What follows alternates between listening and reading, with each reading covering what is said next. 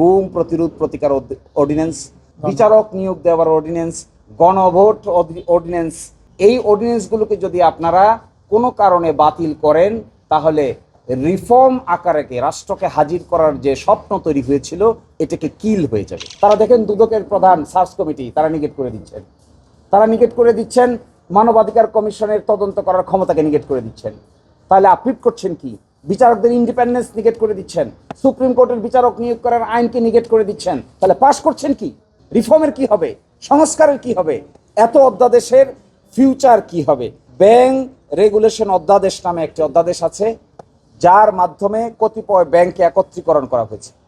একই সাথে আরেকটি কাজ করা হয়েছে, সেখানে ব্যাংক থেকে যারা টাকা ডিফালকেট করেছেন, মানি নিয়েছেন, লন্ডারিং করেছেন, তাদের বিচারের পরিপূর্ণ রোডম্যাপ আছে এই আইনে।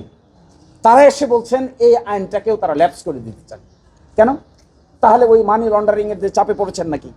যারা মানিটা লন্ডার করলো, ব্যাংকে খালি করলো, কোলাটেরাল ছাড়া লোন নিয়ে গেল, যারা ব্যাংকে ভুয়া কোম্পানি তৈরি করে without submitting any collateral took loan of crores and crores of money, তো তাদেরকে সেভ করে দিচ্ছেন। তো why are you saving them? Why the government is proposing this type of lapsing ordinances? Why? What should be the ultimate benefit?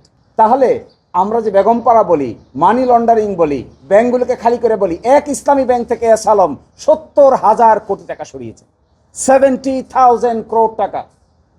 And now you, the government, is coming up with your own interpretation and giving them shelter. How? কেন? যদি আপনাদের কাছে সময় না থাকে, instantly বসে এই আইনটাকে পাশ করে, কতিপয় বিধান যদি পরিবর্তন করতে হয়, আইনকে পাশ করে পরবর্তীতে সংশোধনী আকারে কতিপয় বিধান পরিবর্তন করা যায়, কিন্তু আইন ইন ইটস এন্টায়ারিটি বাতিল করে দিতে চাচ্ছে।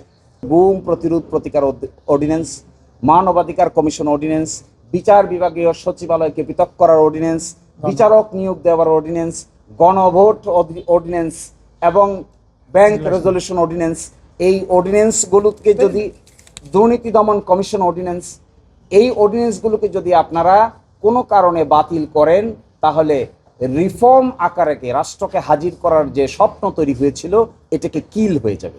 People will be frustrated, people will see no hope. We need hope. আমাদের তো আশা দরকার, আমাদের প্রত্যাশা দরকার, আমাদের হতাশ হওয়ার আর কোনো দরকার নেই।